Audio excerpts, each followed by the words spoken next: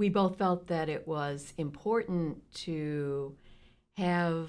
a book that really looked at management and managing social innovation, social enterprise, and to put together innovative ideas from a variety of sectors. The corporate, of course, is what a lot of folks think about when they think about managing and corporate social responsibility.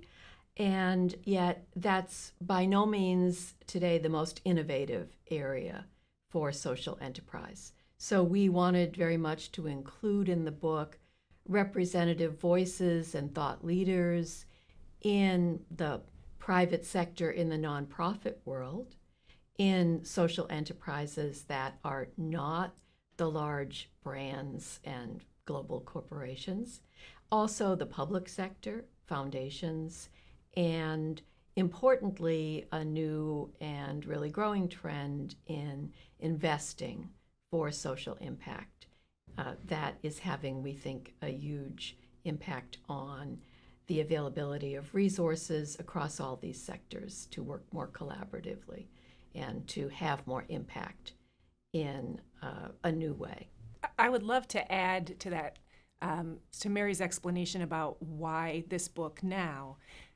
just to underscore that in putting together practitioners' examples from across sectors, the for-profit sector, impact investing, nonprofits, social enterprises, I think part of what we've been able to help demonstrate is the extent to which innovation is, in fact, a cross-sector pursuit when you talk about these complex social problems, and how important it is for us to begin to understand the benefits and the reality of that cross-sector pursuit if we're going to be intentional practitioners for social enterprise and social impact over time. When Professor Cronin and I set out to organize the book, knowing that we wanted a lot of different authors who represented different perspectives, practices, best practices,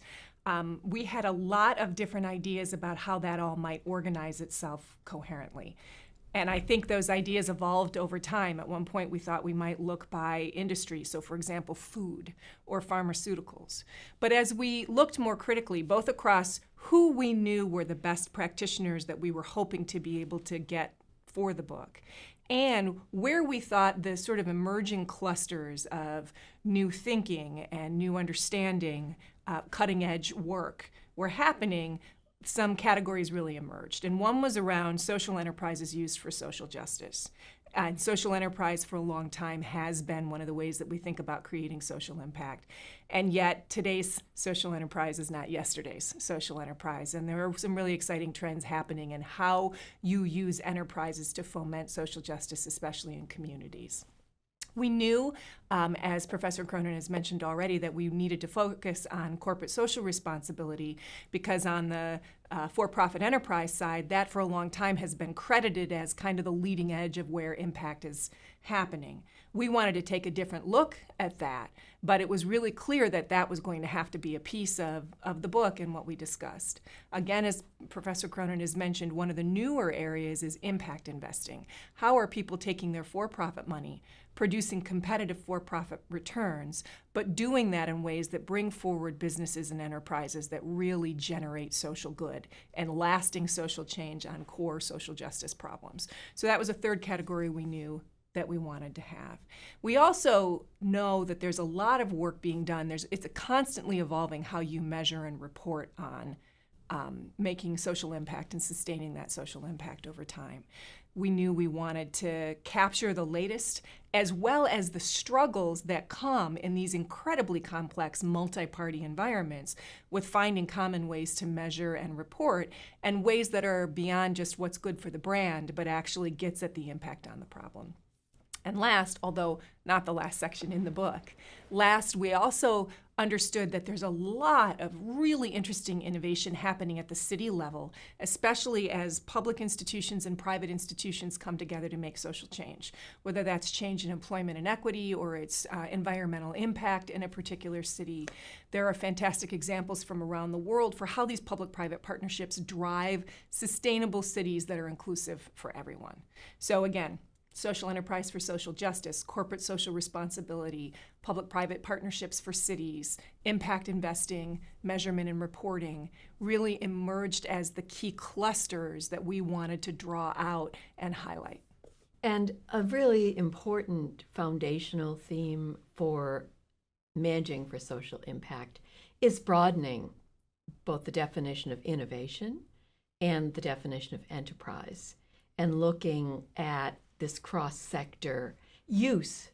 of this framework. So enterprise, broadly understood, is really an important backbone of the book as a whole. And each of the sections we have found, we think, terrific authors who exemplify in their organizations and in their own innovative thinking ways in which they can employ an enterprise perspective, an entrepreneurial and social impact perspective with partnerships in collaboration in order to make thoughtful, deliberate, and long-term impact, and then define new ways of really measuring what is that impact, how are we going to sustain it. So moving beyond the idea of just philanthropy, investing in social change, moving beyond the idea of nonprofits simply delivering services directly to really being able to change systems, to really be able to create